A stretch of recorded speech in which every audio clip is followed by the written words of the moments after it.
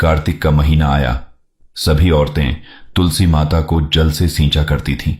एक बुढ़िया माई भी आती और तुलसी को सींचने जाती थी, और जब वह जाती तो तुलसी माता को सींचती और कहती, हे तुलसी माता, सत की दाता, मैं बिड़ला सींचूं तेरा, तू कर निस्तारा मेरा। तुलसी माता बहू दीजिए, बेटा दीजिए, पोता दीजिए, लड़ुआ दीजिए, गड़ुआ दीजिए, पीतांबर की धोती दे, मीठा मीठा घास दे, बैकुंठ का वास दे, चटके की चाल दे, पटके की मौत दे।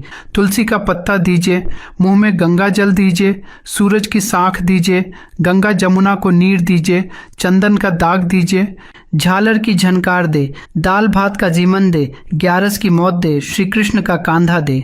कुछ दिनों में ही तुलसी माता सूखने लगी।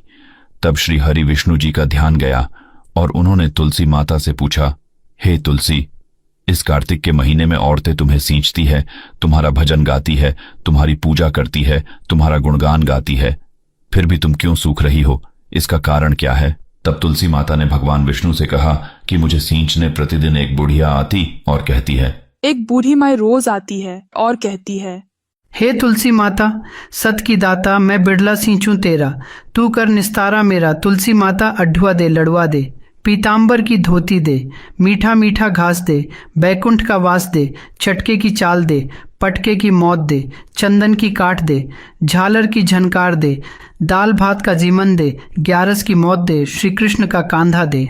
मैं उस बुढ़िया की सब बात तो पूरी कर दूंगी, पर कृष्ण का कंधा कहाँ से दूंगी? श्री हरि विष्णु ने तुलसी माता से कहा, तुम चिंता मत करो तुलसी, जब उस बुढ़िया का अंत समय आएगा तो मैं अपने आप ही उसे कांधा देने आऊंगा। तुम बुढ़िया माई से यह बात कह देना।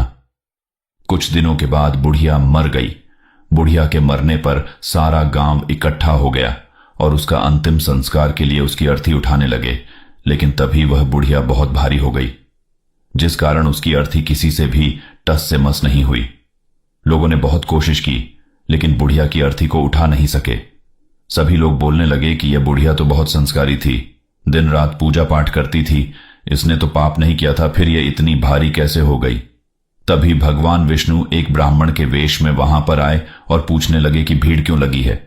तब गांव वालों ने बताया कि एक बुढ़िया मर गई है और वह इतनी पापिन थी कि उसकी अर्थी किसी से भी उठ नहीं रही है, वह बहुत ज्यादा भारी हो गई है।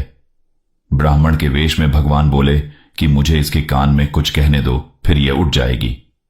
भगवान बुढ़िया के पास गए और उसके कान में कहा, हे बुढ़िया, माई अढवा ले, लड़ुआ ले, पीतांबर की धोती ले, मीठा मीठा घास ले, बैकुंठ का वास ले, चटके की चाल ले, पटके की मौत ले, चंदन की काट ले, झालर की झनकार ले, साई का राज ले, दाल भात का जीवन ले, ग्यारस की मौत ले, और श्री कृष्ण का कांधा भी ले। भगवान की सभी बातें सुनकर बुढ़िया हल्की हो गई। भगवान ने अपने कंधे पर उसे उठाया और उसका अंतिम संस्कार किया। बुढ़िया को मुक्ति मिल गई और वह वैकुंठ को चली गई। हे तुलसी माता, जैसे आपने उस बुढ़िया माई को मुक्ति दी, वैसे सभी की करना। जैसे भगवान ने उसे अपना कांधा दिया, वैसा हमें भी देना।